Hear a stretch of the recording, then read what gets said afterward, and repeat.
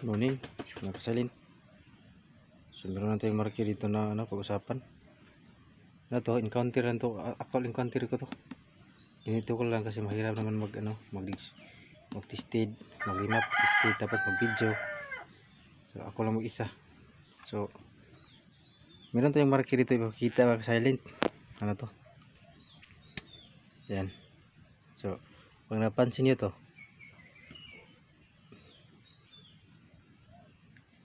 ito ay big builders marker na naka-inserted na tatlong bato. Malakihan to talaga mga kasilid.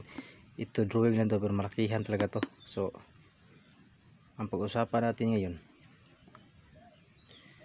ito isi-share ko lang to kasi dapat sharing tayo ng ideas sa mga mahilig lang to mag-treasure, kuya lang sa mga basir. So sharing tayo ng ideas, lalo na pag meron tayong maraming pira, sharing pa rin tayo, mag-share pa rin tayo sa mga nangailangan pag darating panahon magtagumpay tayo sa operasyon natin. Ngayon, darit na tayo sa marker. Yan, tatlong naka-inserted na big builders marker. Ang mga marker sa mismo naka-okit sa bato mga silent, ito ang number 4, mahaba na X, malaking cube para siya butas, maliit na heart at question mark. Sa gitna dito nakalagay ang kaliwang paa na walang daliri. So ngayon, actual encounter ko to, sarili ko itong pamaraan. Sinubukan ko itong sinusundan ko itong X kay yung sa X na mahaba ni-restrict your cave daw sa ayon sa libro, pero pag subo ko dito magkatiit dito, malakihan to, lupa to dito, hinukay ko talaga dito mga silent hunter, hinukay ko to dito ng side 8 feet 9 feet pail ang tunnel ko. Pagdating ko sa ilalim mga silent, sa totoo lang dito marami ng trap dito, maraming marker sa iloob. Ito butas sa to dito side pag ganun. Pagdating ko sa ilalim mga silent,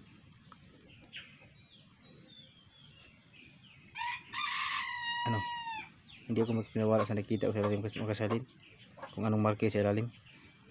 Itong formation ng bato silent to, na para siyang matrapa rin siya pag nagkamali ka. Mayroong heart sa ilalim mga silent na nakaturo palabas, at itong heart na maliit dito pa rin to siya nakaturo sa dito sa kaliwang paa. At itong kaliwang paang to para siyang naka-slide pag ganun siya, nakalitter C siya pag ganun. Sinubukan ko na itong hinukay ito mga silent dahil gusto tayong malaman kung ano talaga totoong marker. So pag dating ko sila mga silent, pag ito ang nakita ko, pag nakita sa time na nakita ko yung heart na paturo dito palabas, ang ginagawa ko mga silent, nagbutas pa rin ako dito na maliit lang dito sa center sa isang question mark. Pero hindi mo pansin to pag hindi ka wala ka talagang hindi ka alam sa paglikod dito, hindi mo pansin to kasi malaki itong malaki itong question mark pa to. So, dito ko direct tayo dito, tapos ako dito sa ilalim, alam kong may mga patibong dyan. Sinubukan ko lang hukayin kasi ayon sa libro ni-restriction cave daw, ito cave na to. Pag hukay ko dito, ito ang nakita ko at palabas ang araw ng heart. So dito ako may maliit, gumagawa ko itong maliit na butas dito. Pagdating ko dito, direct tayo, yung unang nakita ko mga 1 foot pa lang, ito nang marker nakita ko, para siyang trap sign siya, siguro danger. So isa na tong bato na to, pwede itong matrap pag nagkamali ka. Ang remark labor ang marker lang ang ipakita ko, yun dito side, dito nakita ko nulig turtle heart na with hole dito talaga to, totoo lang. So pag Pagdating sa color ng lupa mga silent, dapat color lupa, siyempre pag topsoil normal color ay brown. So pagdating sa parang apat na color ng lupa mga ka-silent apat na color para siyang basta apat na color talaga. Pagdating sa topsoil color brown normal, pero pag sa second mga silent yellow gold talaga. Talagang ibang color talaga mga silent kitang kita ko yung ginito ko lang. Pag pangatlo red brown, pang-apat mga silent ito ang parang sunog ng lupa, matigas, napakatigas na hagubhob talaga mga silent. So isishare ko lang to kasi alam natin nga ang mga deposito parang logic. So nearest treasure cave daw, so dapat miro pa rin cave, nagpalo ka, nihukay ka dyan. Pero pag hindi mo to napansin, pagdating mo sa ilalim, pag binaliwala mo to talagang matatrap ka sa loob. Napakalaking bato to mga silent, napakalaki. Kahit 500 na katao, 1,000 katao hindi to kayang asatin. So ito ang pinapalo ko, heart na patungo palabas.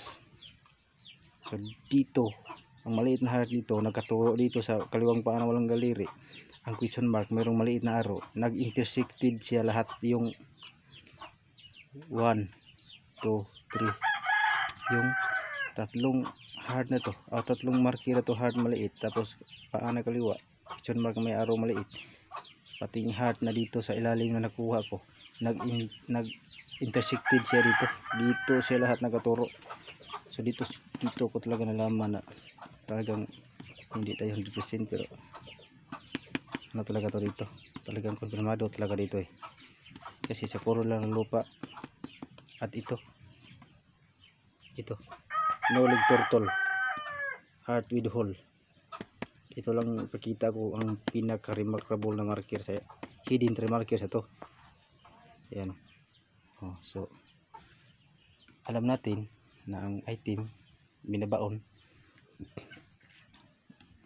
nilito lang tayo sa marker. So dito pag nagkamali ka na dito ka na sasablay ka na dito, at dito pwedeng ano ka dito, hindi ka na makalabas ang buhay dito. So yan ang pag-treasure mga silent, dapat tayo, lagi tayong handa, tapos ingat lang palagi, tapos lagi tayong positive sa natin. Pag dito nalaman ko na para siyang may patibong dito kasi pag nakita ko na to, kasi ito alam niyo itong to tuturo talaga to palabas mga silent, dito talaga siya katuro. So ito nag-intersected siya dito, maliit na heart dito, turo dito para siyang letter C na kaganon, question mark maliit na arrow. Hindi ito mapansin mo to ang mapansin mo ito malaking X na pahaba at number 4. So ito napakaskrito na to, ito maliit talaga to, heart maliit. So ngayon mga silent, i-share ko lang to kasi maraming mga treasure hunter nga marker hukay. Ito palang side, pag nagkamali ka butas mo trap na to, mga 7 feet under to 8 feet na to yung hukay ko mga silent. Hininto ko kasi dito lang hindi mo na ng lupa, napakatigas na, pero parang sunog, hagubhob siya dito. So ginito ko lang kasi ako lang isa mag ka silent, mag-tested tapos mag-video pa, mahirap na. Ginito ko lang sana pag mali itong mga marker na nakita ko, i-correction lang yan, i-correction niyo to pag mali ito. Yan, drawing lang to, pero pag mali ito, so i-correction na lang ninyo. Mga espiritu dyan, huwag nakapanood kayo sa mga video ko, i-correction lang ninyo, basta actual encounter ko to di spot. At dito banda pag uulan, itong pagdadaan ng water dito. Yan. So yun ang mga silent.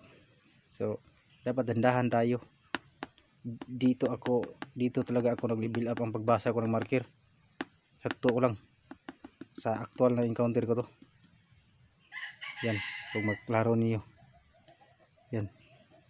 Doon na kami sa loob na pag medyo kahit mga 10 tao pwede sa loob. Maipasok sa loob sa butas namin.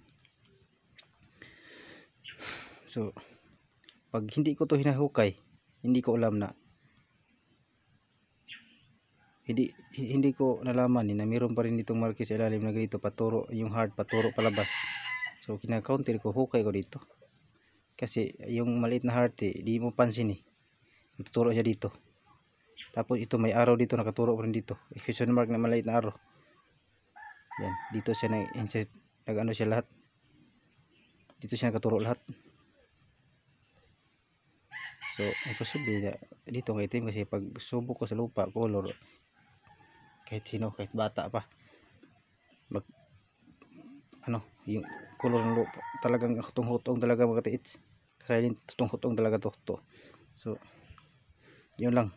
I-share ko to para mayroong mga baguhan na decoder. Maka handa sila kasi ako hindi naman ako baguhan decoder silent, pero patuloy akong sa mga marking ngayon at operation pag mayroong financing. Yun lang, hindi tayo basta-basta magtagumpay na ganoon kadali. Dapat tumadaan tayo sa pagsubok. Ito lang mga silent. At pag nakita itong drawing lang to, kunwari drawing lang to, pero totoo to talaga mag-edit. So yun lang, pag-comment lang kayo dyan, pag-comment lang kayo og anong mga mali na ano ko. Mas gusto ko magka-silent na i-correction ko pag mayroon akong mali. Gusto ko i-correction ko yan, ma-challenge ako dyan. So hanggat dito ng video mga silent, maraming salamat po.